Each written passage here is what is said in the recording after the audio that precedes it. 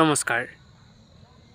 শ্বহীদ দিৱসৰ বিশেষ উপলক্ষত প্ৰতিগৰাকী স্বাভিমানী অসমীয়ালৈ মামাই কি অনুৰোধ জনাইছে ভিডিঅ'টো চালে গম পাব আৰু আপোনাৰ মতামত কমেণ্ট ছেকশ্যনত জনাব।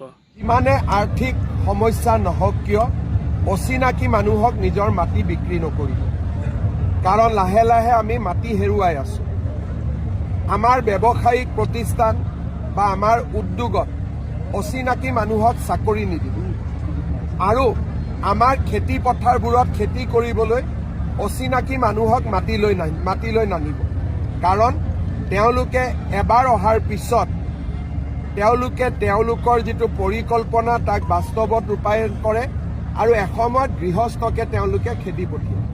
সেইবাবে মই আজিৰ শ্বহীদ দিৱসৰ দিনা অসমবাসী ৰাইজক, অসমীয়া ৰাইজক, ভাৰতীয় ৰাইজক অনুৰোধ কৰিছোঁ যে কোনো কাৰণতে যাতে অচিনাকি মানুহক জাতিটোৰ বৰঘৰত সোমাবলৈ অনুমতি নিদিয়ে।